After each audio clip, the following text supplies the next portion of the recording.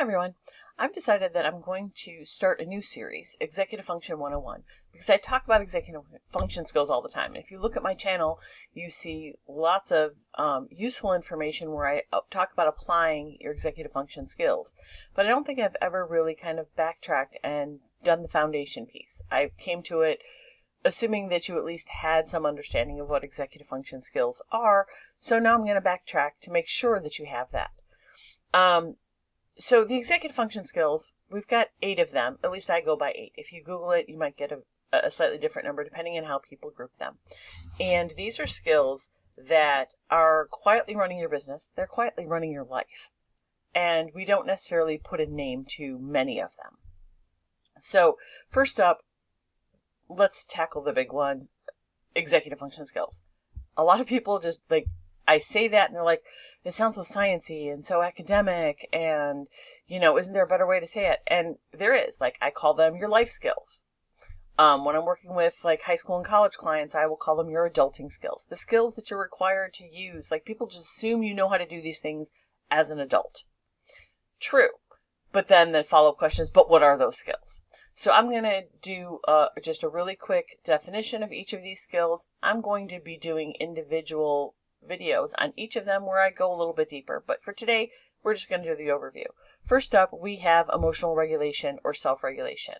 And that is not about not feeling anything or ignoring your emotions. It's about being able to manage them so that you don't feel overwhelmed, so they don't take over, and so that you can still get the things done that you need to get done. Next up, we have task initiation, which is the fancy way of saying being able to get started. And the catch with this one, a lot of people will be like, oh, being able to get started on things that you don't really want to do or that you don't like to do. For me, working with ADHDers, I think it's more about not being able to start on the things you do want to do or the things that you do enjoy. Everybody has a hard time starting things that they don't like to do. If you were to say to me, hey, Shannon, go create a spreadsheet and work on your taxes, I'd be like, not right now. None of us really like to do the things, get started on the things that we have to do, that we don't like. But when it's something that you do like, something that you know is going to make a difference in your business, or something that you just purely enjoy, but you're like, oh yeah, I want to do this, but you can't make yourself start, that's a task initiation skill problem. Next up, we have time management. Sometimes time management gets lumped in with planning and prioritization. I separate them out because time management has a whole lot of other things that kind of impact it.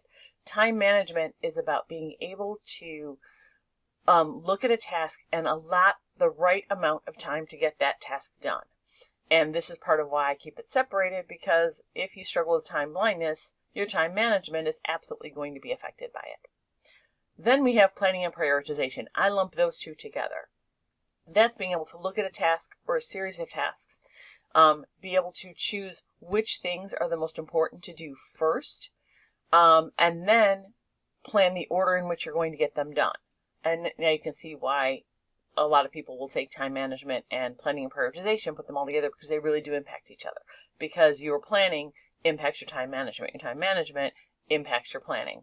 But the planning and prioritization is about looking at more than one thing to be able to decide what's the most important and come up with a plan for actually being able to accomplish that. Next, we have working memory. Working memory is not like your long-term memory. It is the part of your brain that holds on to information on the short term, kind of like sticky notes, right? Things that you have to handle, information that you hold on to for a short period of time to be able to manipulate and use for something else. And so if you're struggling with working memory, walking into a room and be like, oh shoot, why did I come here? That kind of stuff.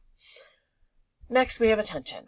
And attention is a big one because attention deficit disorder, right?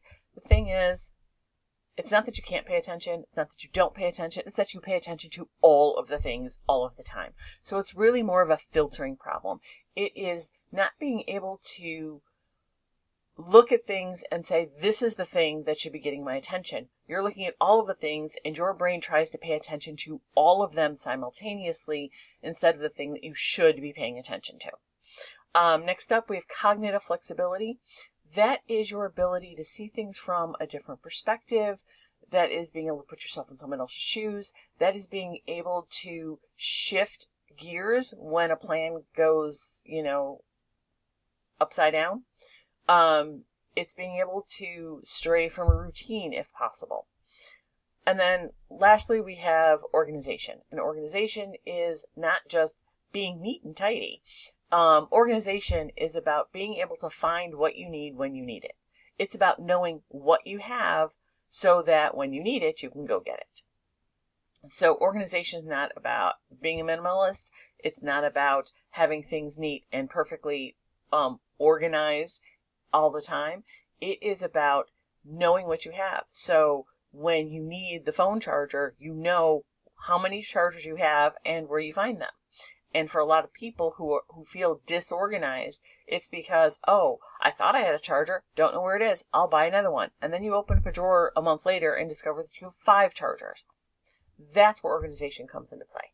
Now, are these the only executive function skills?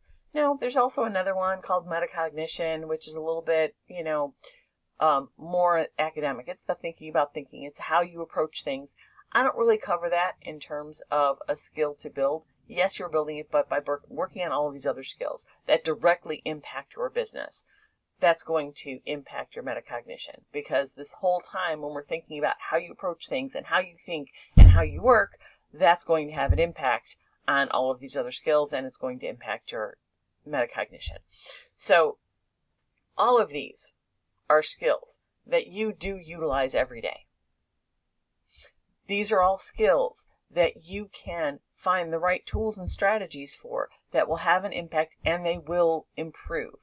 Your business, your life will improve because you will have systems in place to calm some of that chaos.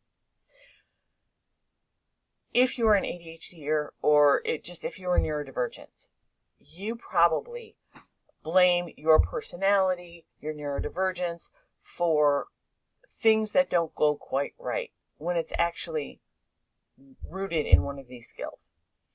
And the thing about these skills, you can improve them. You can find the tools and strategies to target them to help you do a better job with them, which then will ripple out and have a greater impact across the board. So stay tuned for learning about each of these skills individually. I hope you found this helpful so that you can have just a basic understanding of what your executive function skills are. And I will see you in the next one.